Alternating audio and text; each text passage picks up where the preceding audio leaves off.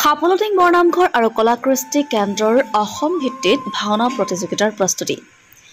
শিৱসাগৰ জিলাৰ বৃহত্তৰ ঐতিহাসিক সাফলটিং বৰনামঘৰ আৰু কলাকৃষ্টি কেন্দ্ৰত ৭০ সংখ্যক শ্ৰী শ্ৰী কৃষ্ণৰ ৰাস মহোৎসৱৰ লগত সংগতি ৰাখি ১৪ নৱেম্বৰৰ পৰা ২৩ নৱেম্বৰলৈকে আয়োজন কৰা অসম ভিত্তিত ভাওনা প্ৰতিযোগিতাৰ উদযাপন সমিতিৰ সমূহ বিষয়ববীয়াসকলৰ আহ্বানত বৰনামঘৰ পৰিচালনা সমিতিৰ সভাপতি নগেন হাজৰিকাৰ সভাপতিত্বত নামঘৰ প্ৰাংগণত আইমাতৃসকলক লৈ এখনি গাম্ভীৰ্যপূৰ্ণ সভা অনুষ্ঠিত হয়।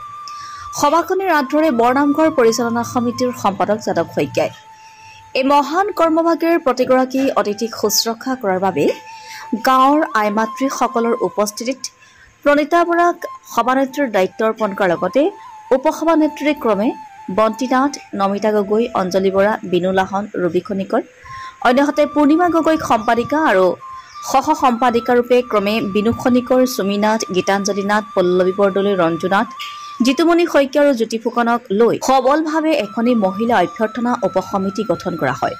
উল্লেখনীয় যে বৰনামঘৰৰ অন্তৰ্গত প্ৰতিগৰাকী আইমাতৃক মান্যানুসৰি উপদেষ্টা আৰু সক্ৰিয় সদস্যৰূপে সমিতিখনত অন্তৰ্ভুক্ত কৰা দেখা যায়। গাম্ভীৰ্যপূৰ্ণ এই অনুষ্ঠানৰ প্ৰাক্তন সভাপতি তথা সমাজকৰ্মী উপদেষ্টা অতুল গগৈ, উদযাপন সমিতিৰ সহ সম্পাদক নয়নজ্যোতি শইকীয়া, স্মৃতিগ্ৰন্থ সম্পাদনা সমিতিৰ উপসভাপতি আৰু সাফলটিং কেন্দ্ৰীয় ৰঙালী বিহুৰ সম্পাদক অৰুণজ্যোতি শইকীয়া, প্ৰচাৰ উপসমিতিৰ সভাপতি ৰঞ্জন কুমাৰ দত্তক সভাত অংশ কৰা দেখা যায়। সভাত যাদৱ শইকীয়া আৰু অৰুণজ্যোতি শইকীয়াই নামঘৰ ভাগিৰ লগত স্থানীয় ৰাইজৰ আৱেগ অনুভূতি কিদৰে জড়িত আছে পুংখানুপুংখৰূপে আগবঢ়োৱাৰ লগতে অনুষ্ঠানটিৰ দায়িত্ব আৰু কৰ্তব্যৰ সম্পৰ্কে বিশদভাৱে ব্যাখ্যা কৰে। News desk report, Assam live 7।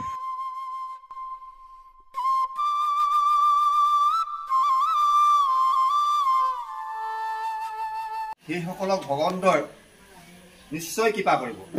আপোনালোকে জানে যে আপোনালোক ইয়াৰ কোনো লোক ইয়াৰ স্থানীয় জীয়ৰী, কোনোবা হয়তো আঁতৰৰ পৰা অহা জীয়ৰী।